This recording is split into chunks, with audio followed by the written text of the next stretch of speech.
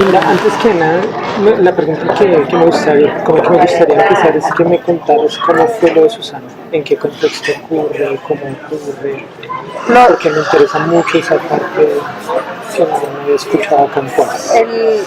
el asesinato de Susana ocurre el 5 de enero del 2011, cuando Calderón declara esta una zona de guerra en contra del narcotráfico, manda a las tropas federales, manda a los militares, y como nunca están la, tú sabes, los militares, los tanques de guerra, aquí en plenas avenidas, en todas partes, están los federales en todas partes, y nosotros nos retractamos de seguir viviendo la vida que vivíamos. Juárez era una ciudad muy hermosa, yo la recuerdo desde antes de los 90.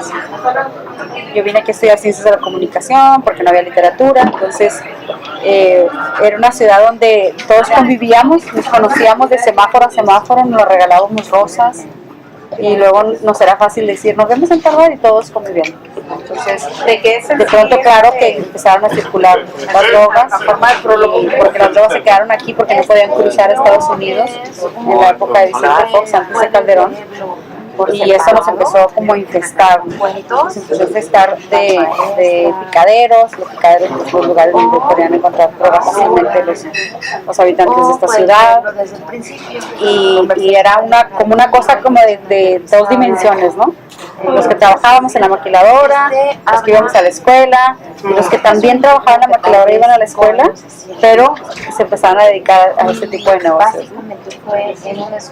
Dentro de todo este contexto, nosotros fuimos una sociedad permisible porque nos atraía a la frontera, como Juan Gabriel lo dice, o sea, a mí me gusta más estar en la frontera porque la gente es más sincera, sobre todo los homosexuales que eran sumamente humillados en otras partes del país, los bisexuales, las prostitutas, los transvestis.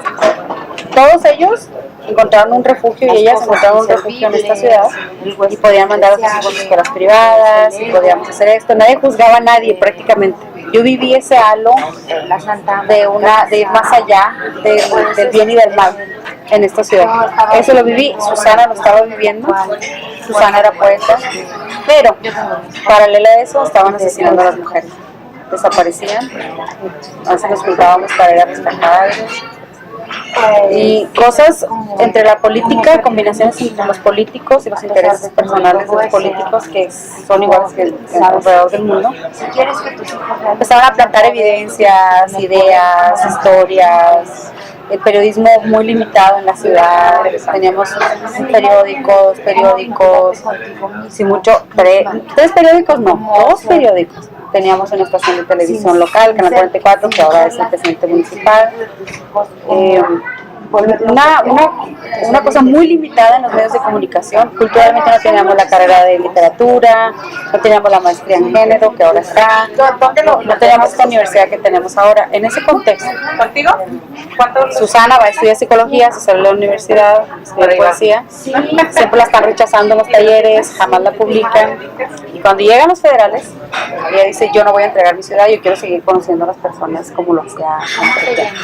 Lourdes Sotelo. Y el infortunio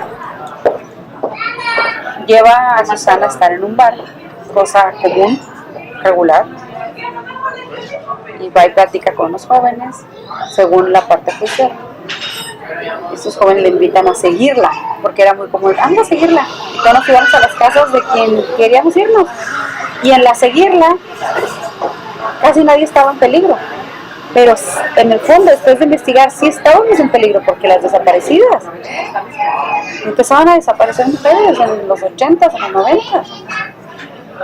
Pero no sabíamos. Entonces Susana, ella se activa y empieza a decir, no, hombre, vamos a ayudar a las mamás de las desaparecidas. Y vamos a salir a activarnos y vamos a salir a protestar, y ni una más. Y esa cruz que está en el puente con los clavos, me acuerdo, Susana, cuando la abrieron, ni una más. Y fue un manifiesto contundente para decir, ya se acabó, empieza un activismo serio a partir de esta desgracia. y esta conciencia de que algo raro nos está pasando. Dentro de toda esta maraña, Susana la asesina. Pero luego Le cortan la mano y la dejan tirada. Y se convoca un encuentro de escritores alternativos. ¿Cuál otro traes? Son hombres los que lo manejan y hacen puras La tonterías. vida de Sor Juana. Hacen tonterías, por ejemplo, querían hacer una lectura donde tiraron el cuerpo de Susana. Claro que nos dijimos que no, estaban locos. Empezamos a ver los manuscritos, a leer detalladamente su trabajo, vimos que su trabajo no tenía nada de flojo. Son poemas muy trabajados, y poco a poco ya lo fuimos armando y no lo hemos publicado todavía porque no queremos caer en el asunto de que a ella le hubiera odiado que lo publicara la universidad, que lo publicara no sé qué. Algo estamos haciendo. ¿Cuántos años hace? Ya, ese es el contexto en el que ella... Hilda, tú has como referenciado en algunas oportunidades el tema del activismo serio. ¿Cómo era esta lucha de las mujeres en los años 80, 90, este periodo que tú viviste? Para empezar era anónimo, no había las redes sociales. Muy interesante. Entonces, los nombres, no había nombrismos. O sea, María Elena Alvarado, la que conociste ya, ella es desde los 70. Sor Juana. O sea, ella viene con esa conciencia de más, de tiempo más atrás, ¿no?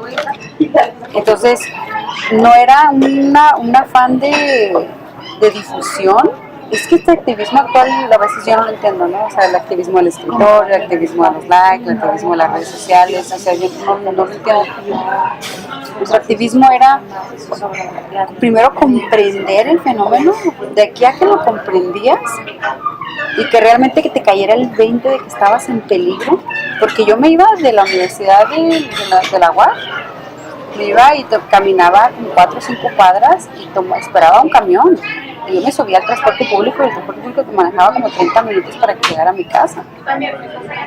Y yo no tenía esa dimensión del peligro, pero cuando estoy con el activismo serio, entonces me doy cuenta que tengo que cuidarme. Pero yo no era feminista, nadie era feminista, no conocíamos nada de esto. Además era como un instinto, vamos a protegernos, pero al mismo tiempo vamos a activarnos por la justicia, vamos a acompañar a las madres. Y lo hicimos, o sea, unas lo hicieron más que otras, lo hacen más que otras, y entre ellas es Esther Chávez-Cano, María Elena, Lidia, Verónica Corchado, la que está ahorita a cargo del Instituto Municipal de la Mujer, que ya llega más a los acercada a los 90 al 2000.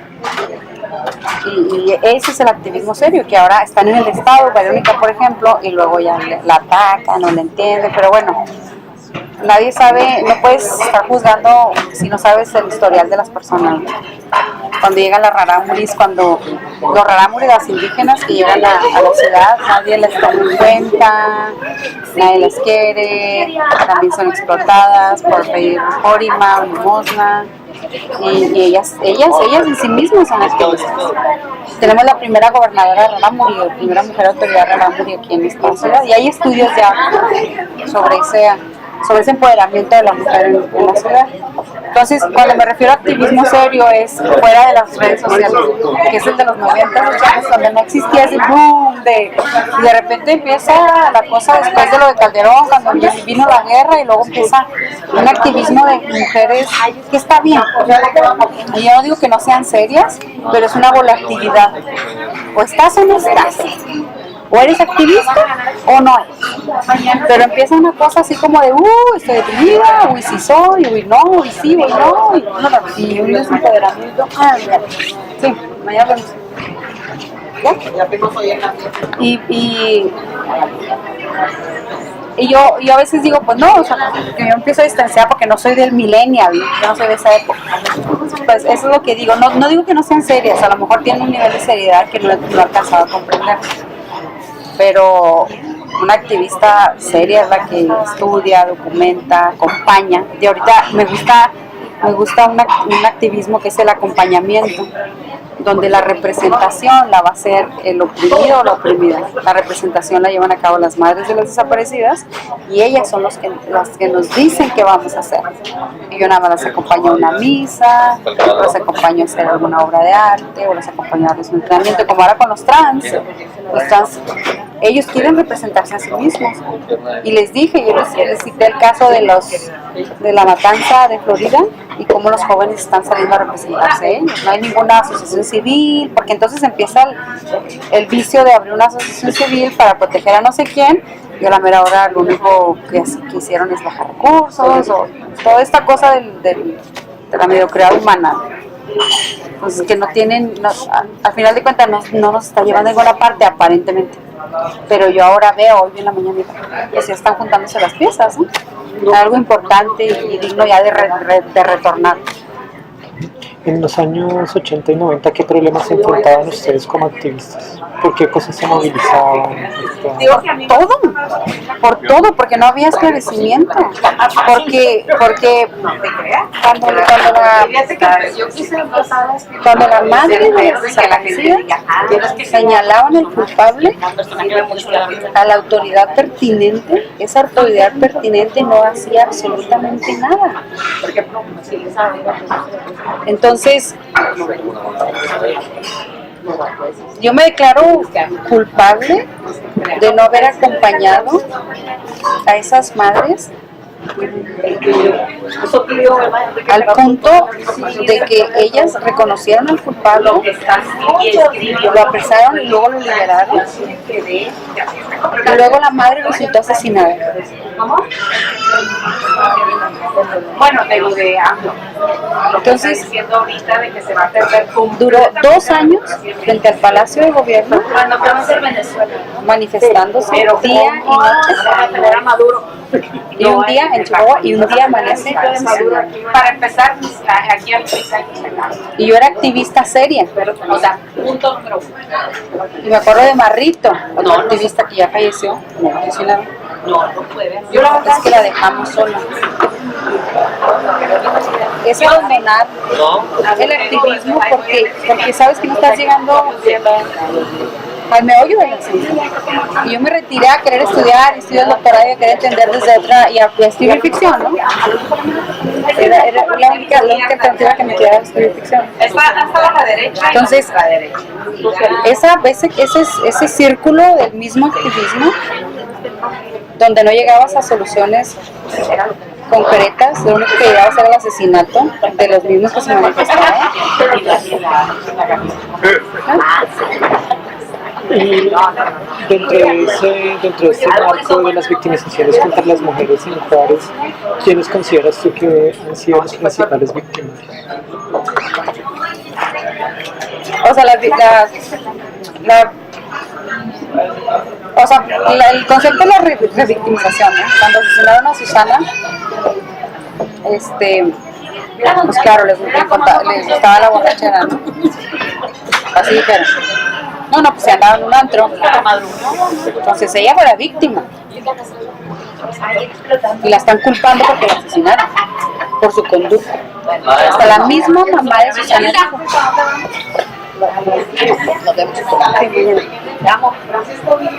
Igual, bye. Entonces la misma mamá dijo, ay, mija, o sea, encontró la muerte en el alcohol y esto y lo otro. Pero no una mujer porque le gusta tomar, la van a tener que asesinar, ¿no? Entonces, hay varias, que todos somos víctimas al final de cuentas. Si tú empiezas a segregar la escena, empiezas a segregar y a dividir, a fragmentar todos estos casos, la asesinada es la víctima, número 1. Los familiares que se quedan vivos, sufriendo, son víctimas. El mismo asesino, por muy maldito que sea, sigue siendo una víctima de nuestras estructuras sociales, de cómo nosotros manifestamos y manejamos el mundo, a través de los sistemas religiosos, políticos, sociopolíticos, educativos, culturales. El mismo asesino. Ahora tú di esto y dices, está loca, ¿no? No, una cosa, hay un nivel de vida. En el caso de la Florida, este joven que asesina a los 17, es un joven completamente distorsionado, abandonado, no conoció a sus padres biológicos, adoptados, sus padres que lo adoptaron se murieron, tenía problemas psicológicos, es un hombre joven y trastornado, y luego la misma oferta afuera le da una pistola, ¿no? Entonces vaya a asesinar a todos. Si lo profundizas, así es.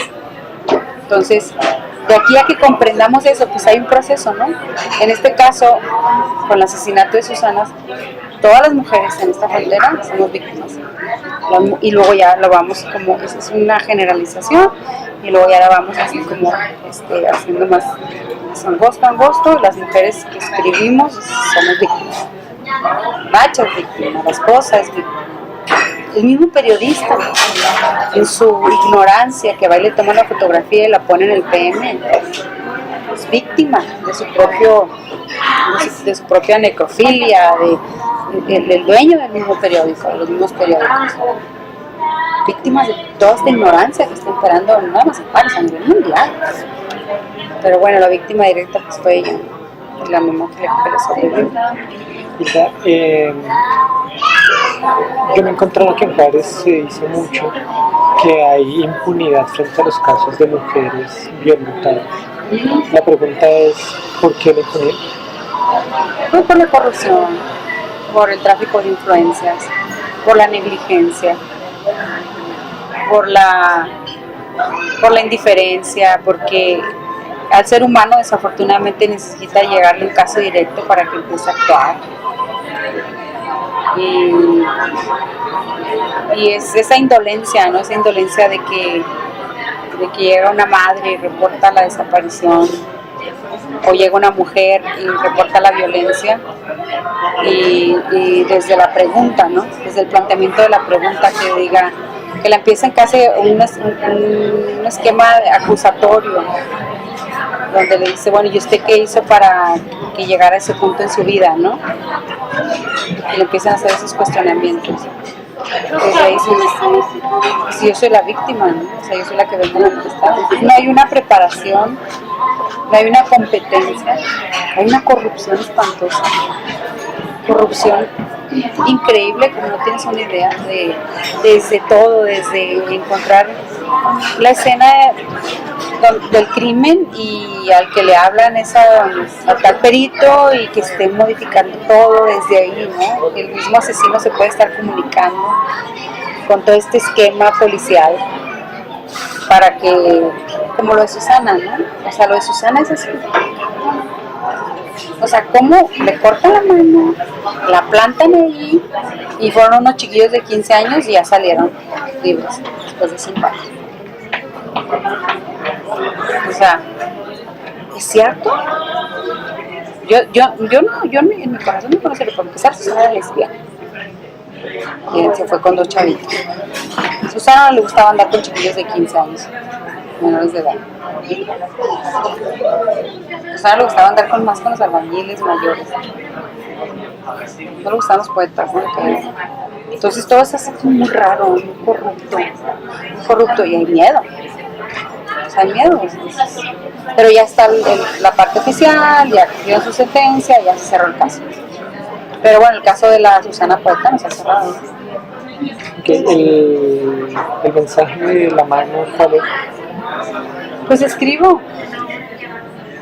O sea, escribo, pues uso mis manos para escribir, y entonces el colectivo te manda y te dice, ya no escribas, déjalo, tu palabra no es para ti, esa palabra no es para ti, porque es muy revoltosa, porque eres muy borracha, porque eres esto, porque eres lo otro. O sea, es toda una connotación simbólica que tienes que comprenderla hasta lo más profundo.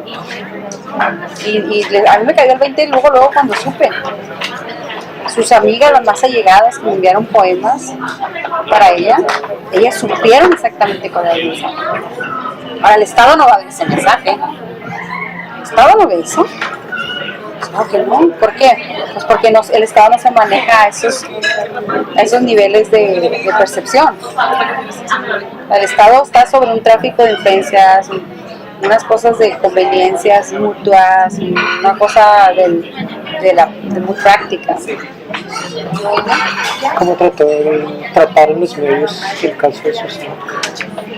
Pues a nivel nacional supe que habían dicho se llama Magali Velasco. Ella es escritora en Veracruz y estaba en ese tiempo aquí, conoció a Susana, y ella dice que nada más escuchó a López Dóriga decir, asesinaron a una mujer que venía saliendo de un bar en Juárez.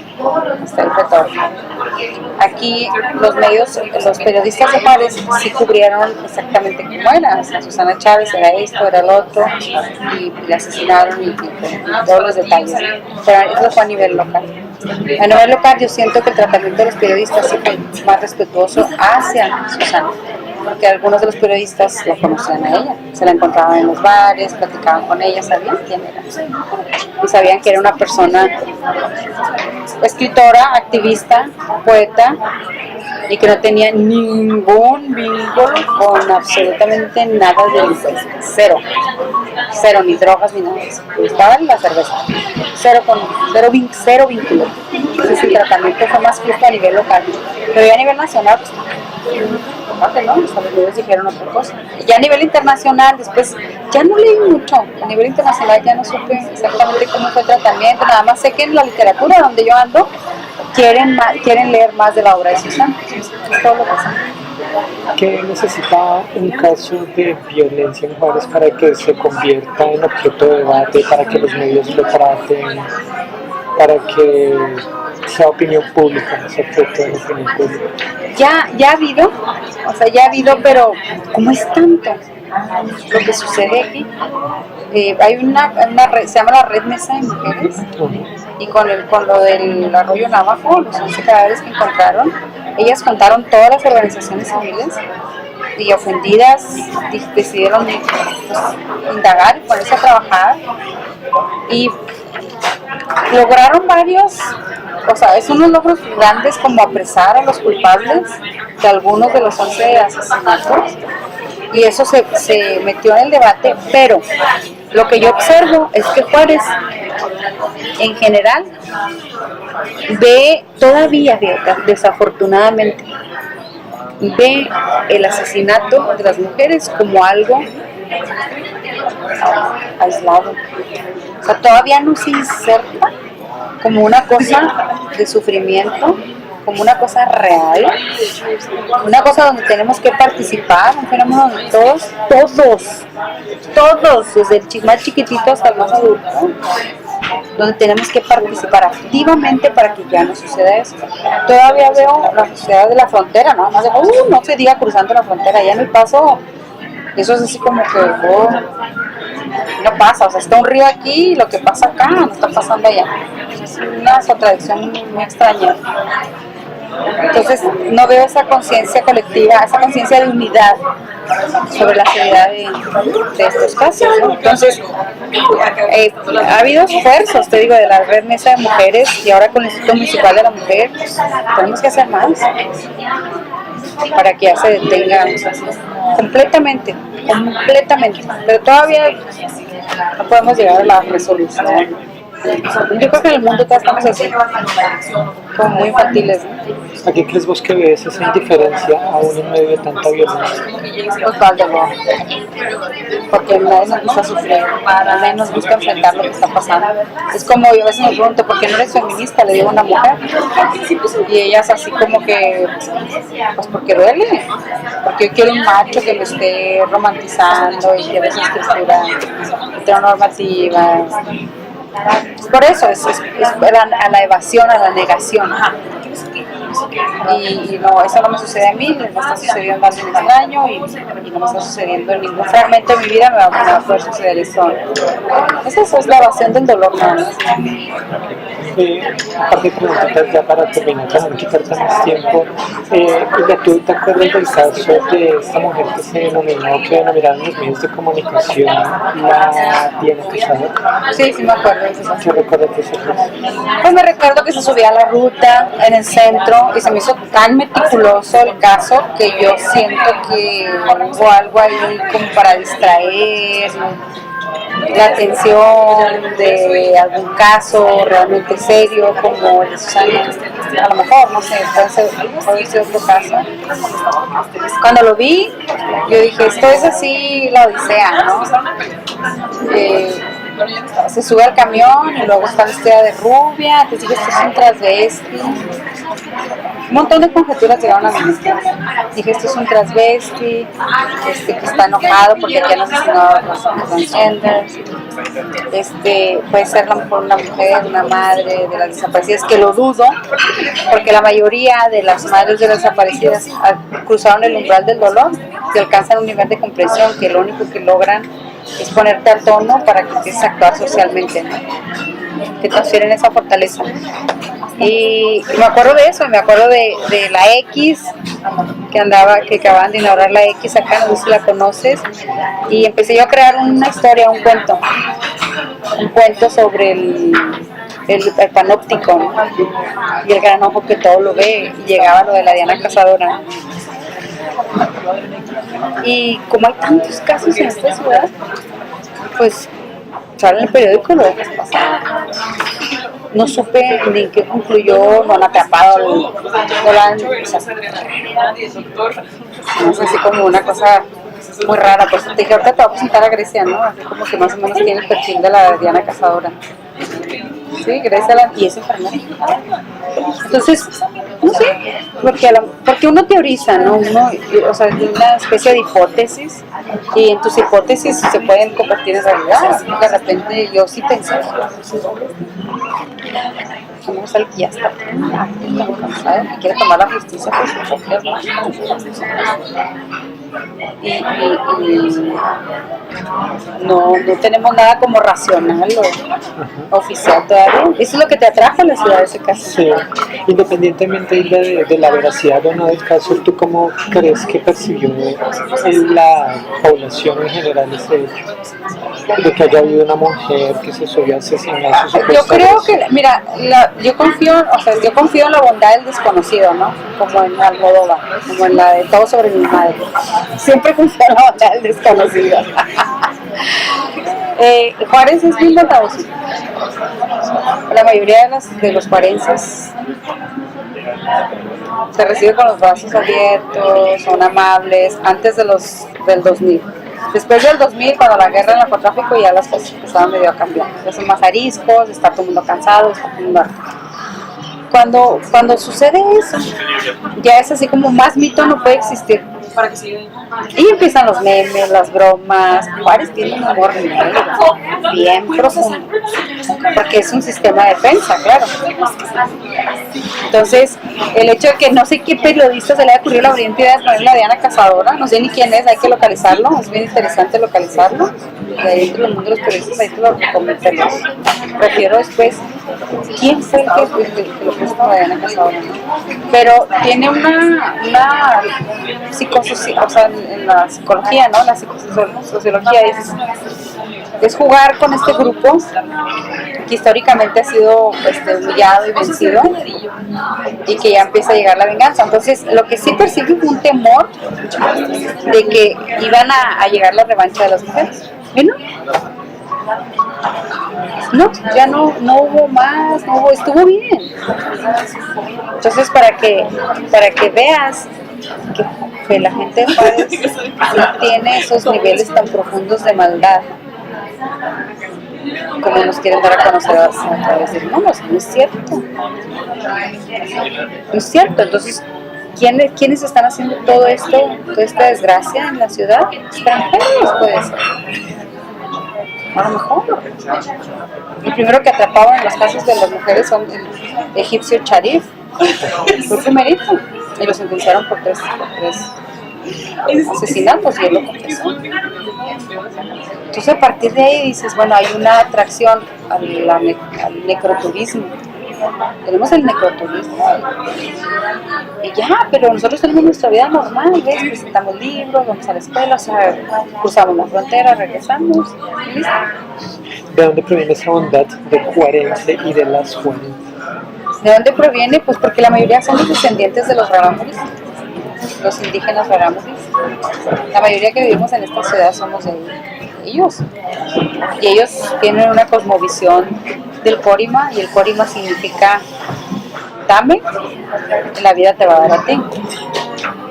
Eso es nada más, esa es la raíz fundamental. Y aparte, cuando llegas a Juárez, cuando estás en Juárez, trabajas y Juárez te da. Juárez te da lo que tú quieras. Si tú no te has podido comprar un auto, trabajas en Juárez y tienes un auto. Si te das ropa por la cercanía con Estados Unidos, ¿no? Por esa facilidad de ir a adquirir bienes. Entonces la gente es más feliz porque empieza a cumplir sueños, porque sabe que la vida puede ser una cosa de expresarte en la identidad. Nadie te va a satanizar por eso, como en el centro de la Ciudad de México, pues es una capital, pero en el sur de México, o saliendo de Juárez, en las ciudades chiquitas, en los ranchos, ¿no? En las ciudades chiquitas, o sea, ya la homosexualidad pues, todavía la sataniza, las mujeres vestidas así provocativas no pueden andar, ¿no? Entonces esa bondad del juarense es los rarámuris y el agradecimiento de estar en una tierra fértil que te da. Eso es. Recuérdame por favor la palabra de los rarámuris que no la Corima, con K. Corima. Con K. Y significa dar para recibir. Dar para recibir. Si es que cuando los veas aquí te dicen Corima, tú le das 10 pesos y el universo te va a dar 100. En su cosmovisión. Pero la mayoría no lo entiende. O sea, lo entiende como, ay, limosna, ¿no? Sí, la última razón. Sí. Independientemente de que haya sido verdad en el caso de la Diana Cazadora, ¿qué valoración le das vos? ¿Es justo? ¿Es legítimo? Pues sí, o sea, por ejemplo si existe esa causa y efecto, entonces el peso de la Diana Cazadora sobre el alivio del rencor que está en las familiares de las víctimas, pues es legítimo, es viable, es hasta factible, ¿no?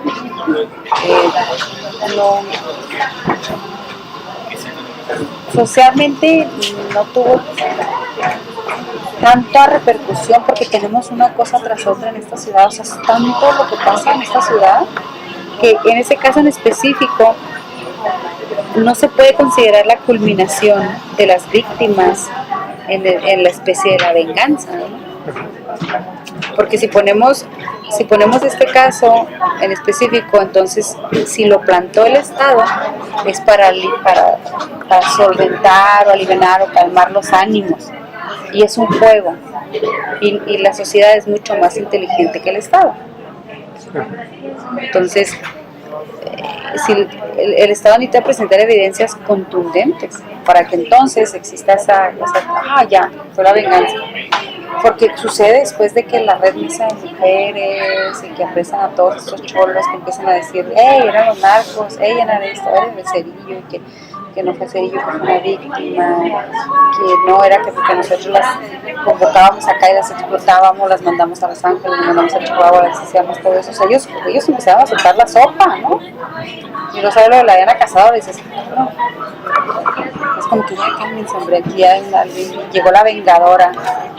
Y no lo dudes de que a lo mejor tenían el plan de que iban a seguir mujeres asesinando a los hombres, pero no se les dio. No se les dio porque simple y sencillamente no es posible en una sociedad bondadosa. En un estado perverso, la sociedad bondadosa no cabe. Y las historietas o lo que vaya sucediendo alrededor, que no pueda comprobar, la misma sociedad está diciendo, esto sí yo no lo voy a duplicar, ¿no? O sea, la mujer no se va a poner a asesinar a los hombres. Lo está haciendo ahorita a nivel intelectual con el feminismo, pero es como una sacudida con estas palabras. Ahorita tú viste, ¿no? Como le contesté al macho. O sea, hasta ahí va a llegar, o sea, no me lo voy a la yugular. Yo no veo ninguna feminista radical de aquí queriendo asesinar a un hombre o mutilarlo, ¿verdad? No va a haber eso, no existe, no, o sea, el Estado tiene que entender que no es ese nivel de perversión. O sea, que fue una omisión de su parte no haber esclarecido los casos desde el principio. debido a sus sistemas de corrupción, pero nosotros, la sociedad no va a pasar esa revancha, ¿verdad? Hilda,